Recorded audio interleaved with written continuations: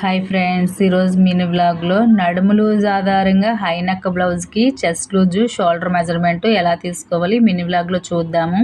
నేను కట్ చేసే blouse back part నడుము లూజు 34 ఇంచీలు. 34ని 4 భాగాలు చేసుకుంటే 4వ భాగం 8.5 ఇంచీలు వస్తుంది. ఇదే 8.5 ఇంచీలకి 2 ఇంచీలు కలుపుకుంటే చెస్ట్ లూజ్ వచ్చేస్తుంది.